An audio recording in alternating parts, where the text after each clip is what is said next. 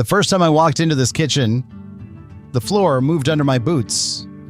Not a creak, a give, like standing on a mattress that somebody forgot to throw out.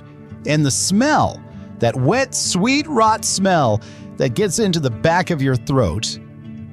You never forget it once you know what it means. 30 years of water had been coming in behind that sink.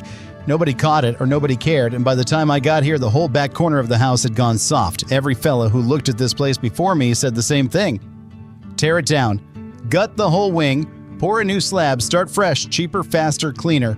I bought it instead, paid $41,000 for the house, and I told the owner I'd have this kitchen standing solid again in 9 weeks for about $28,000 in materials and my own 2 hands. Everyone said tear it down. I looked at the joists that weren't rotted, and there were plenty. And I thought, no, somebody built this right the first time. I'm not going to be the fella who throws that away because a faucet leaked. Let me tell you about her. This house went up in 1911. Farmhouse out past the county line, built by a Swedish carpenter named Alden, who worked the timber mills through the winter and built houses in the warm months. I know his name because I found it. Pencil on the back of a stud tucked inside the wall, where no living soul was ever supposed to read it.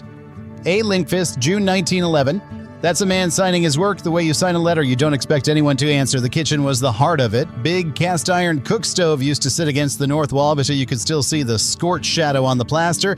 Family lived here till the 70s. Then it passed to a nephew who lived 3 states away, rented it out, stopped fixing things. A rented house with a slow leak is a house with a countdown running. By the 80s, nobody lived here at all. The pipes froze, split, and every spring, the thaw fed the rot a little more. 30 years of that. Slow, patient. Rot doesn't rush. It just waits for you to look away. So I started tearing into her. And the first thing I want to tell you is what I found when I pulled the cabinets off the wall. Those cabinets were newer. 60s particle board, cheap, even when they were new. Behind them, the plaster was black. I put a gloved hand flat against the wall and pushed, and my fingers went right through it wet into a cavity that smelled like a pond. That's when your stomach drops a little, even after 30 years of this, because now you don't know how far it goes. I pulled the sink wall down to the framing, and here's the truth of it. The sill plate, that's the big horizontal timber that sits right on the foundation, carries the wall above it. The sill was gone. Not weak. Gone. I could scoop it out with my hand like wet oatmeal. 2 of the wall studs above it had wicked the water up 18, 20 inches and turned to punk. And the subfloor in that corner, a 4x6 foot patch, had rotted clean through to the crawl space. That's the give I felt under my boots the first day I'd been walking on plaster and paint and hope. Now here's where it gets interesting, and this is the part the tear it down fellas never stick around to see. Right next to all that ruin, the floor joists, the beams that hold the whole floor up, were solid, old-growth spruce, a hair over full 2-inch by 10-inch, cut back when a 2x10 actually measured that. I stuck my awl into 3 of them, hard and it barely bit. That wood is 113 years old, and it's harder than anything you'll buy at the lumberyard today. Alden set those joists 16 inches on center, dead even, and toe-nailed them like he meant it. That's what I mean when I say she's got good bones. The rot was real, but it was a corner. It was a wound, not a disease, and a wound you can fix. I stripped the wiring while I was in there too. Cloth-wrapped stuff from the 60s, some of it, spliced into even older knob and tube that ran back to the original build. That kind of wiring's not a crime. It did its job for decades, but the insulation was cracking off it like old paint. That's a fire waiting on a bad night. That all had to come out. Down to the studs meant down to the studs. So now I've got the wall open, the corner gone, and a decision to make. And this is where structure comes in, and I want to walk you through it slow because this is the part that matters most and nobody films it. You can't fix a wall until you fix what the wall stands on. That rotted sill plate was the foundation of everything above it, and I had a section about 11 feet long that needed replacing. Problem is the wall above it is still there, still holding up the roof. You can't just yank out the sill, and the whole corner comes down, so you shore it. I built 2 temporary walls inside the room, cranked up on screw jacks, and I lifted the load off that bad section, maybe a 1/4 inch, just enough to take the weight off the sill without cracking the plaster upstairs. Then I cut the rotten sill out in sections and slid in new, pressure treated because it's sitting on masonry and it'll see moisture forever. That's just the reality down low. Sistered new studs alongside the punk ones, bolted them into the good wood above the rot line so the load had a clean path down to the new sill. And I'll be straight with you, I made a mistake here. When I set the first jack, I cranked it too fast. Heard a crack upstairs I didn't like. Went up and found a fresh split in the plaster of the bedroom above. That one's on me. I was in a hurry, and this house doesn't reward a hurry. You lift an old building a hair at a time over a day, let her settle into it. I backed off, went slow the second time, and the split I made I patched later for the cost of a bag of plaster in an hour. I didn't need to spend. Lessons cheap when you learn it early. The subfloor patch was the satisfying part. I cut back to the center of two good joists, so my new plywood had solid bearing on both edges, and I laid in 3/4 cat tongue and groove, glued and screwed. When I stood on that corner for the first time and it didn't move, and Ray didn't breathe under me, that's a feeling. That's the floor telling you it trusts you again. All in, the structural work, the sill, the studs, the subfloor, the shoring lumber, ran me about $20,400 in materials and the better part of 2 weeks. Tearing the wing down and pouring new would have been closer to $22,000, and it would have thrown away Alden's joist to do it. You do the math and tell me who's the cheap one. With her standing solid, I moved on to the guts, the stuff you never see and always feel.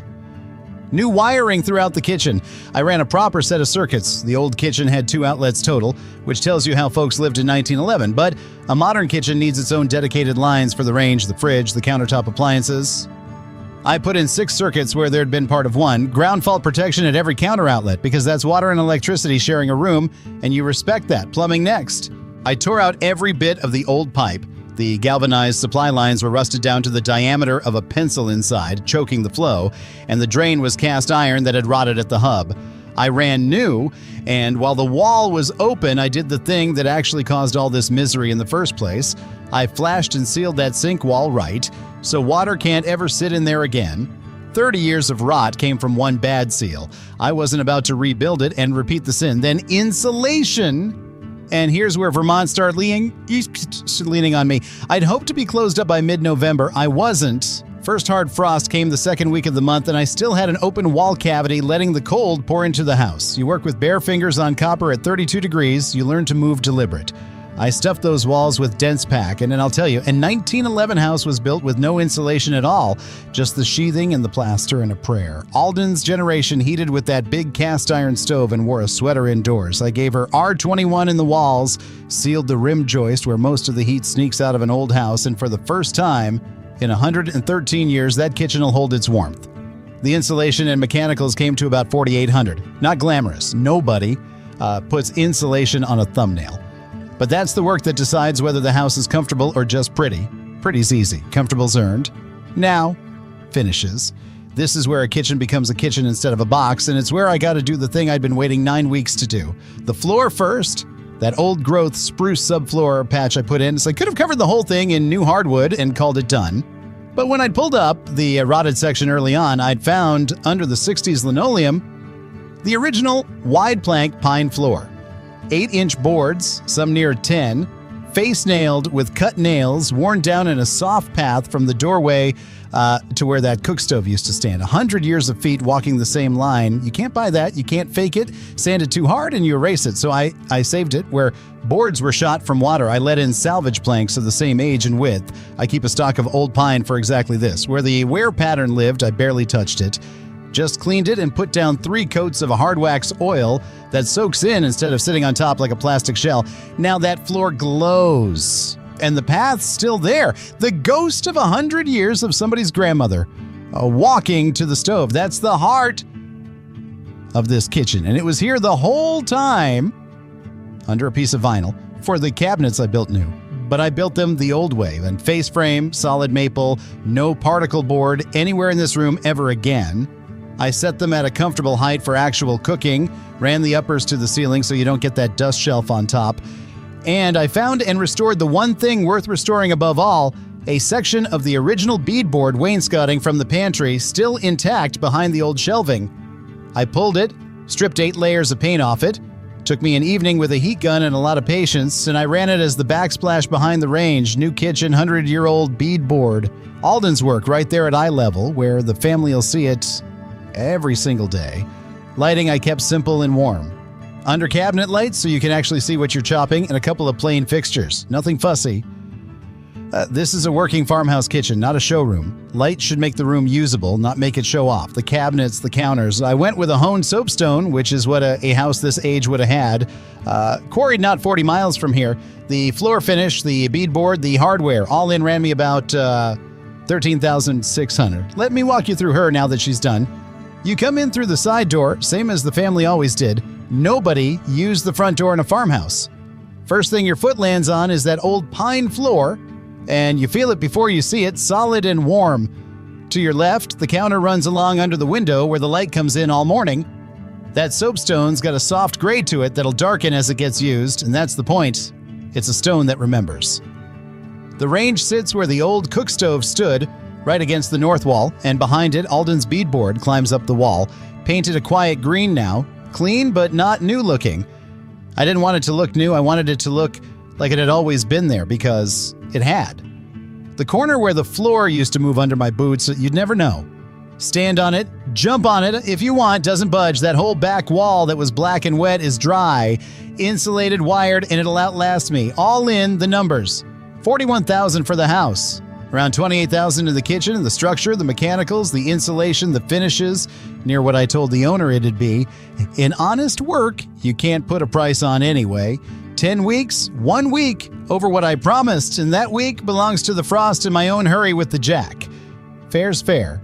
Everyone said tear it down would have cost more, taken longer, and there'd be a slab of new concrete where 113 years of a family's mornings used to live. Here's what I keep coming back to. A fella named Alden signed a stud in this wall in June of 1911, expecting nobody to ever read it.